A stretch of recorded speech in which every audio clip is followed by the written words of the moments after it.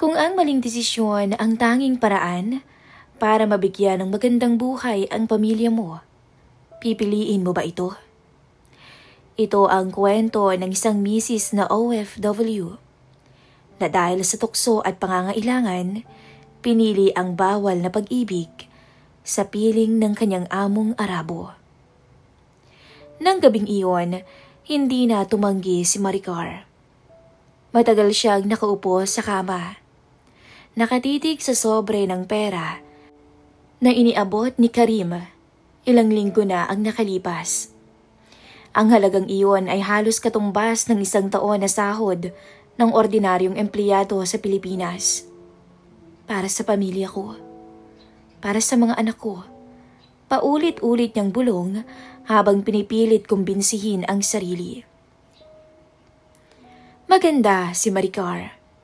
Maputi, may maamong mukha, at kahit 32 taong gulang na, napanatili niya ang magandang hubog ng kanyang katawan. Maraming beses na rin siyang napapansin ng mga kapitbahay noon sa Pilipinas dahil sa kanyang alindog. Pero bilang may bahay at ina ng 2 anak, hindi niya iyon binibigyan ng halaga. Para kay Maricar, ang mahalaga ay makapagtrabaho siya ng marangal at maitaguyod ang pamilya.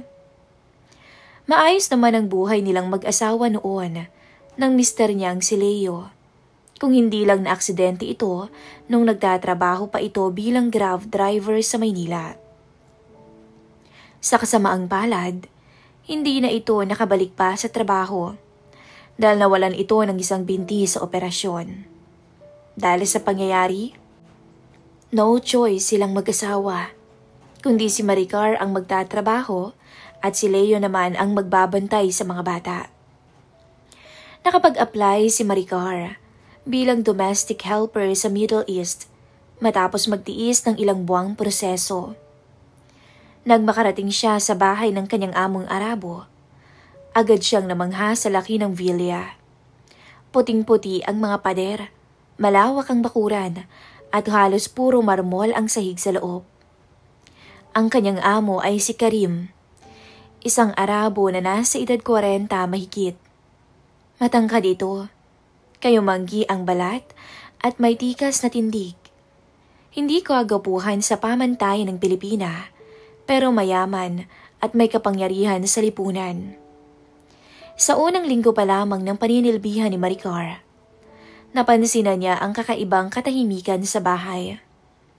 Wala kasing anak si Karim at matagal lang hiwalay sa asawa. Tuwing gabi, madalas niya itong makita sa sala. Tahimik na umiinom ng tsaa habang nakatulala. Hindi rin ito halos lumalabas ng bahay kundi para sa negosyo. Bilang kasambahay, ginagawa ni Maricar ang lahat. Nag-aayos, nagluluto, naglalaba. At kahit walang ibang tao na nakakakita sa kanya sa bahay, pinananatili niyang propesyonal ang kilos niya. Hanggang isang araw, habang nag-aayos siya ng kortina sa may sala, bigla siyang kinausap ni Karim. Maricar, sambit nito sa mahinahon ngunit seryosong tinig. I have a question. But don't be offended, okay? Nagulat siya at agad pumaling. Yes, sir. Saglit na natahimik si Karim bago nagsalita. I notice you. You are beautiful, good-looking and caring. You remind me of my wife. Namula ang pisngi ni Maricar. Sanay siya sa papuri, pero iba ang bigat ng tingin ng kanyang amo. Tila may halong lungkot at pagnanasa. You know, dagdag pa nito. I don't have child. I always wanted one. Maybe you can help me. Nanlaki ang mga mata ni Maricar. Hindi niya akalain na diretsang sasabihin iyon ng kanyang amo. Sir, I'm married. I have my own family in the Philippines. Mahina niyang tugon, nanginginig ang boses. Tumango si Karim, halatang naintindihan ang sitwasyon. Yes, I know. But listen, I can double, even triple your salary. Your children, your husband. They will have better life. Just think about it. Nang gabing yun, hindi mapakali si Maricar. Habang nakahiga siya sa maliit niyang silid, paulit-ulit niyang iniisip ang alok ng amo. Totoong mali, may asawa siya at may mga anak. Pero totoo rin nakapos ang pamilya nila. Ang panganay niya ay nasa high school at kailangan ng laptop. Ang bunso naman ay laging nagkakasakit. Sa 20,000 na padala niya buwan-buwan, palaging kulang pa rin to. Kung tatanggapin ko, may dagdag pera. Pero kaya ko bang tiisin ang konsensya? Bulong niya sa sarili. Kinabukasan, nagpatuloy ang kanyang trabaho na parang walang nangyari. Ngunit pansin niya ang mga sulyap ni Karim sa kanya. Mas madalas at mas matagal kaysa dati. At sa bawat ngiti nito, parang unti-unting natutunaw ang kanyang pagiging tapat na asawa. Lumipas ang ilang linggo, isang gabi, tinawag siya ni Karim sa kwarto nito. May dala itong sobre na puno ng pera. For you, wika niya. Advance salary. I don't want you to worry, just say yes to me. Habang hawak ang sobre, nanginginig ang kamay ni Maricar. Napatingin siya sa mga mata ng kanyang amo. Hindi lang pagtatakam ang nakikita niya roon. May lungkot rin ito. Parang hindi lang basta katawan ang hinahanap nito, kundi pagmamahal na matagal nang nawala. Sir, why me? Mahinang tanong ni Maricar. Ngumiti si Karim at sinabing, because since you came here, this house feel live again. You are not just worker to me, Maricar. You are special. At doon nagsimula ang unti-unting pagbabago. Ang alok na dati para lang sa dagdag sahod, para lang mabigyan ng isang anak ang amo, naging mas malalim pa. Hindi inaasahan ni Karim na mahuhulog siya sa isang Pilipinang kasambahay. At hindi rin inakala ni Maricar na sa gitna ng pangungulila at kahirapan, may tukso siyang hindi kayang talikuran. Mabilis na lumipas ang mga araw. Sa panlabas, normal pa rin ang lahat. Si Maricar ay naglilinis, nagluluto at nag-aasikaso sa bahay. Pero sa loob-loob niya, parang may apoy na dahan-dahang lumalagablab. Hindi niya maalis sa isip ang mga sinabi ng amo na nais nitong magkaroon ng anak at siya raw ang nakikita nitong makapagbibigay nito. Isang hapon, habang nagwawalis sa pasilyo, napansin niyang nakabukas ang pinto ng silid ng kanyang amo. Karaniwang mahigpit si Karim sa kanyang pribadong kwarto. Laging nakasara. Ngunit noong oras na yon, bahagya itong nakabukas. Habang papalapit si Maricar, narinig niya ang mga kaluskos mula sa loob. Nang dumungaw siya, nasilayan niya si Karim na nagpapalit ng damit. Nakatayo ito at nakatalikod sa kanya. Dahan-dahang tinatanggal ang suot. Pansin agad ni Maricar ang bruskong katawan nito na parang binuo sa gym. Napatigil siya ng oras na yon, parang hindi makahinga. At nang humarap si Karim sa kanya, bumungad sa kanya ang higit na kinabigla niya. Biglang nanliit ang tingin ni Maricar sa kanyang mister pagdating sa kama. Tila nabigla at natakot siya ng oras na yun. Pero sa huli, napakagatlabi ito. Tila hinihila siya ng tukso para subukan ang isang bagay na bawal at mali. Saglit silang nagkatitigan nang mapansin siya ng among nakamasid sa kanya sa pintuan. Alam ni Karim na may nakamasid sa kanya simula pa kanina, kaya hindi ito nagmadaling magbihis. Mabilis na binawi ni Maricar ang tingin at nagkunwaring abala sa pagwawali sa tapat ng pinto. Pero may kung anong excitement na dumaloy sa kanyang pagkatao. Pinilit niyang ipagpatuloy ang pagwawalis. Ngunit sa isipan niya, paulit-ulit na bumabalik ang imahe ng kanyang amo na sa tingin niya ay mahirap na niyang makalimutan. Kinagabihan, hindi siya mapakali. Sa maliit na kwarto, kinuha niya ang cellphone at tinawagan ang kanyang asawa. Han, kumusta ka dyan? Bungad niya. Pilit na ginawang normal ang boses. Eto Han, pagod sa mga bata. Namiss kita. Namimiss ka na rin ng mga bata. Ikaw, kumusta ka? Sagot ni Leo. Napakagatlabi si Maricar. Gusto niyang magsabi ng totoo. Kung gaano kabigat ang alok ng kanyang amo. Kung gaano siya muntik nang bumigay. Pero pinili niyang magsinungaling. Maayos naman ako dito, Han. Mabait ang amo ko. Walang problema. Sabi niya. Bagamat nanginginig ang boses. Konti lang o konti na lang makakaipon na tayo. Huwag kang mag-alala. Dagdag pa niya. Salamat, Han. Alam kong kaya mo yan. Basta't iwasan mo ang kahit anong gulo. Paalala ng asawa niya. Tumulo ang luha ni Maricar habang pinapakinggan ang tinig ng kanyang mister. Ramdam niya ang distansya na libo-libong kilometro ang pagitan nila. At sa bawat araw na lumilipas, unti-unti siyang nahahatak sa piling ng amo niyang Arabo. Kinabukasan, tila wala ring nangyari, ngunit mas naging matapang si Karim. Habang naghahain siya ng hapunan, lumapit ito at maraang hinawakan ng kanyang balikat. Maricar, bulong niya, don't be shy. I know you want me also. Nanlamig ang buong katawan ni Maricar ng oras na yon. Hindi niya kayang umamin, pero hindi rin niya kayang itanggi ang totoo. Oo, totoo naman. Kahit anong iwas niya, may parte sa kanya ang malapit ng bumigay. Sir, please. I'm just here to work. Mahina niyang sagot na kinakabahan ng tinig. Ngumiti si Karim, ngunit may tapang sa mga mata nito. Sa mga sumunod na araw, mas madalas niyang nararamdaman ang presensya ng amo. Kapag naglilinis siya, nandoon lang si Karim, nakatingin lamang sa kanya. Kapag naglalakad siya sa pasilyo, tila sinasadya nitong dumaan din. Hanggang isang gabi, matapos ang mahabang katahimikan, kumatok si Karim sa kanyang kwarto. Maricar, mahina nitong sambit mula sa labas. I just want to talk. At sa sandaling yon, alam niyang hindi na ito basta trabaho lamang. Dahil alam niyang maaari nang mangyari ang hindi dapat. Nang gabing yon, hindi na tumanggi si Maricar.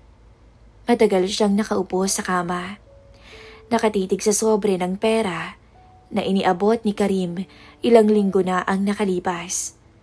Ang halagang iyon ay halos katumbas ng 1 taon na sahod ng ordinaryong empleyado sa Pilipinas.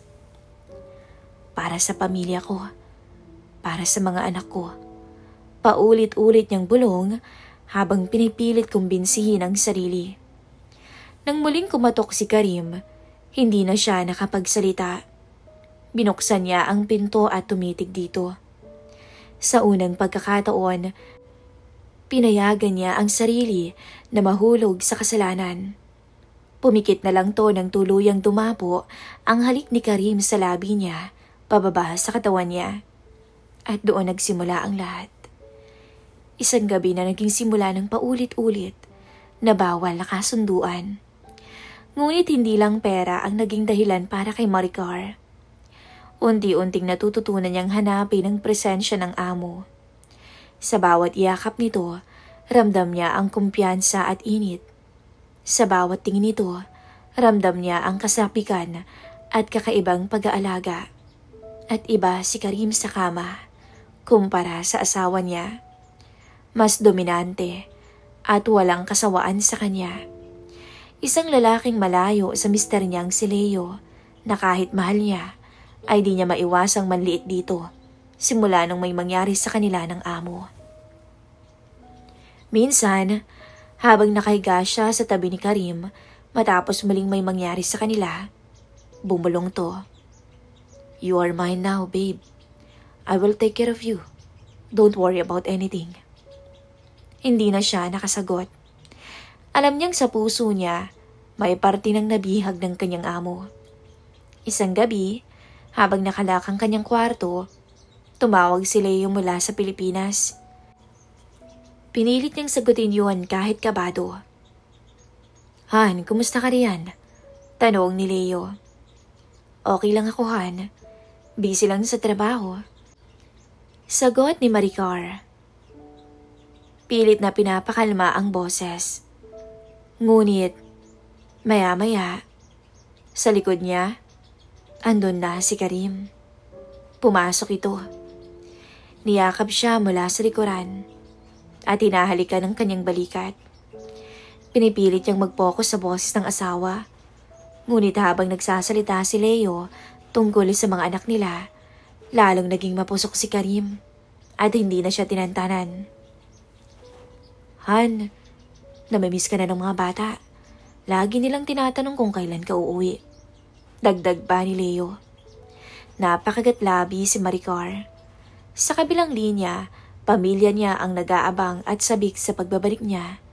Pero sa loob ng kwarto niya, ang amo niyang Arabo ang tila halos mabaliw na sa kanya. Hindi niya alam kung paano hahatiin ang sarili. Mahal ko kayo, Han. Konting tiis na lang. Bulong niya sa telepono. Habang pinipigilan ng sariling makagawa ng ingay sa presensya ni Karim.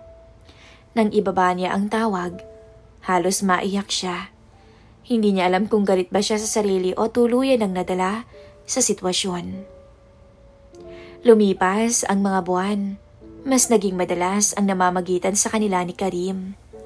Hindi na ito simpleng kasunduan para sa dagdag sahod, kundi unti-unti may damdamin nang nabubuo. Simula kasi noon, naging malambing si Karim sa kanya. Binibigyan siya ng mamahaling regalo at pinapadama sa kanya ang atensyon na matagal niya nang hindi natatanggap. At isang umaga, nag-iba ang lahat. Biglang nagsusuka si Maricar pagkagising. Sa unay inakala niyang dahil lang sa pagod o pagkain, pero nang lumipas ang mga araw, pare-pareho ang naging sintomas sa kanya. Nang malaman ni Karim, halatang natuwa ito. Hinawakan siya sa kamay at tumitig sa kanyang mga mata. This is what I wanted, Maricar. You will give me a child. Don't be afraid. I will protect you. Ngunit sa halip na guminhawa ang nararamdaman, mas lalo siyang naguluhan. Totoo, masaya siya kay Karim. Totoo, mabibigyan niya ng magandang buhay ang kanyang mga anak sa Pilipinas. Pero paano kung malaman ng pamilya niya? Paano kung may makarinig ng balita at makarating sa kanila? Sa mga sumunod na linggo, araw-araw siyang nagtatago ng sikreto. Sa bawat tawag ng asawa, pinipilit niyang maging masaya. Parang pagod ka palagi, Han. Kumusta ka riyan? Tanong ni Leo minsan. Ngumiti siya kahit hindi nito nakikita. Okay lang ako, Han. Mas maraming trabaho lang ngayon kaya nakakapagod. Pero huwag kang mag-alala. Ngunit sa isip niya, may boses na paulit-ulit na nagtatanong. Hanggang kailan ko to maitatago? Kapag nanganak ako, anong gagawin ko? Habang lumalaki ang tiyan niya, mas lalo rin siyang napapalapit kay Karim. Hindi lang ito amo ngayon para sa kanya. Ito na ang lalaking nagbibigay ng seguridad, ng atensyon at ng pagmamahal sa kanya. At habang tumatagal, napapansin niyang mas mahal na niya ang Arabo kaysa sa asawang naiwan sa Pilipinas. Nagpatuloy ang tawag. Kinumusta niya ang mga bata, ang bayarin, ang mga kapitbahay at iba pa. Ngunit sa bawat salitang binibitawan niya, ramdam niya ang kasinungalingan na lalong lumalalim. Ang totoo, habang kinakausap niya ang asawa, dama niya ang pag-angkin ni Karim sa kanya. Parang dalawang mundo ang pinipilit niyang pagsabayin, ang pamilya sa Pinas at ang bagong buhay sa piling ng kanyang amo. Nang ibaba niya ang tawag, napaiyak siya, ngunit agad siyang niyakap ni Karim at bumulong. Don't cry. You're safe here. I will give you everything. Simula noon, mas lalo siyang inalagaan ni Karim. Pinagbawalan siyang magtrabaho ng mabigat, binilhan ng mga gamit na komportable, at pinagluluto pa ng mga espesyal na pagkain. Ang dating amo, naging tila asawa niya. Ang dating kasunduan, naging relasyon. Isang gabi, habang nakahiga sila ni Karim sa kama, bumulong ito. "Stay with me. Let's build a new family together." Napapikit siya nang marinig yun. Pinakiramdaman niya ang tibok ng kanyang puso. At sa unang pagkakataon, hindi na niya tinanggihan ang ideyang iyon. Sa isip niya, paano kung dito na lang ako magsimula? Paano kung tanggapin ko na si Karim, ang bago kong buhay? Ngunit sa likod ng lahat nito, isang mabigat na tanong ang hindi niya matakasan. Hanggang kailan? Kakayanin ko bang ilihim ito habang buhay, kapalit ng magandang kinabukasan? O panahon na para piliin ang bagong buhay at kalimutan ang nakaraan? At sa huli, habang hinahaplos ang kanyang tiyan at nakatingin kay Karim, na mahimbing nang natutulog sa tabi niya, isang mapait na katotohanan ang bumungad sa kanyang puso, na mas mahal na niya ang Arabo kaysa sa sariling asawa. Ang tanong, kung ikaw si Maricar, kaya mo bang talikuran ng pamilya mo sa Pilipinas at magsimula ng panibagong buhay sa piling ng lalaking hindi mo inaasahang mamahalin? Hanggang dito na lamang po ang ating story of the day. Sa mga nais magkomento at maglabas ng opinyon ukol sa ating kwento, just comment down below at isa-isa po naming babasahin. Muli, ako po si Miss Kali, ang inyong lingkod.